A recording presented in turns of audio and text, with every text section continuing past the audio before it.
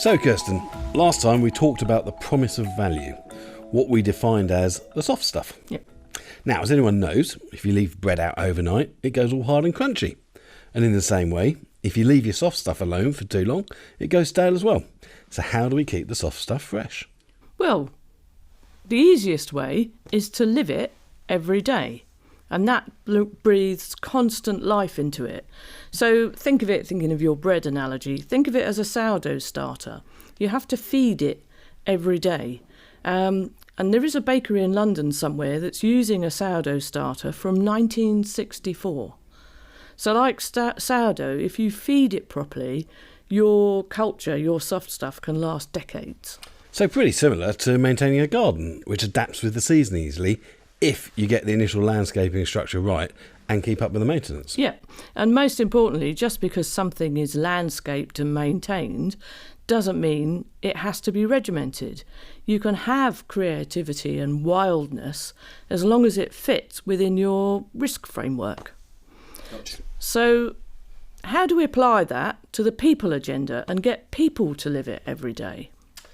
So I guess this is about engagement, and specifically employee engagement, one of my favourite topics, as you know. Yeah.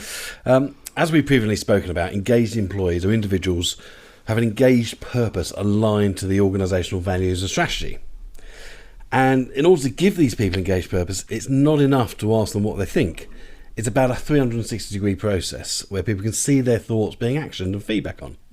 Very simple, practical way of doing this is you said we did. Yep. You see that a lot in the public sector, in the NHS and so on, posted up on the hospitals, you said we did. And it applies to their customers as well. Yeah, absolutely. It's a regular and visible cultural process within the organisation. And this prompts a culture of refusing to tolerate behaviours that are not aligned to your organisational beliefs. Okay, lovely. So it's easy to see how individuals are engaged in this way, but how does a process support that so that individuals become part of an orchestra as opposed to being competing soloists? Okay. Well, if this was an orchestra, what you would do, what your musicians would do, they would practice. They would practice individually, but they'd also practice as a group. They would get together on a regular basis and practice sections of the music together and think about how they could make it sound better. And they will only incorporate those changes if there's evidence that it actually makes the performance better. So I think you can do something very similar in a business. You get people together for group practice and they come and talk about the process, talk about what works, what doesn't work, how you might make things easier or better for the customer. And then you get a scribe to take notes, and then those can be followed up afterwards. And the point is, everybody has a turn at being a scribe, so that everybody's got the responsibility of capturing or takes turns at doing that. And you might decide what you incorporate based on any number of ways. You could vote, you could have alternative options, so you could actually give people choices and say you can do any one of two or three things because they're all good, and you choose at the time which is the most appropriate. So it's a bit like a director's note. Yeah. If you think of a theatre or film, so he'll let actors play out the role several times, then write a note into the script, into the guidance that he wants to give. Still keeps the individuality, but it becomes an ensemble performance. Yeah, exactly. And the point is, this kind of group practice helps to remind everyone that they are part of an orchestra and custodians of the promise. So they're collaborating to produce an experience that embodies that promise for the customer. And that experience, if you think about it like a play or a piece of music, that experience actually been built on the efforts of all the people who went before you, all the people that you work with, and is going to be carried on by everybody that comes after you. And I think having that kind of group practice helps people think of that bigger picture. This is something we're doing for the long term. Gotcha. So what other human factors do businesses need to consider to keep things fresh? Businesses change. Yeah.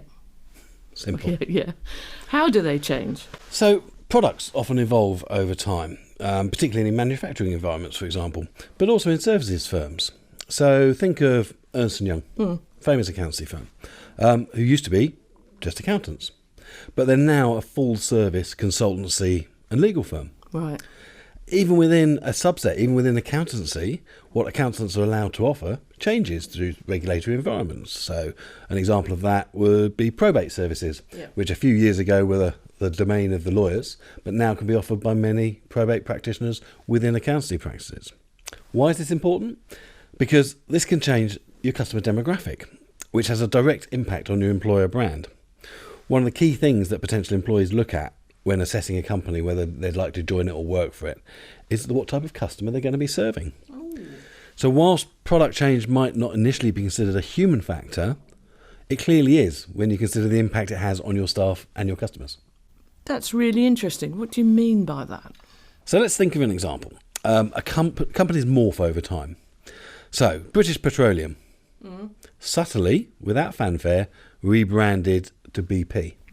They then started saying that BP stood for Beyond Petroleum, as opposed to British Petroleum. And they now spend hundreds of millions of dollars every year developing things like wind turbines. So 20 years ago, an environmentally sensitive graduate might not be attracted to an oil company for obvious reasons. But actually now they might be, because they'd have the chance to work on leading edge technology with an environmental impact. So the promise of value from BP hasn't changed. They're still an energy provider, but they're just changing how they deliver value to their customers and also to their shareholders. And that kind of changes their employer brand. Exactly. That's it. So a less positive example would be a trucking company that plays heavily on its family staff environment. We're all one big happy family, because of course a lot of that is people driving trucks. But what if they then decide to invest very heavily in autonomous vehicles?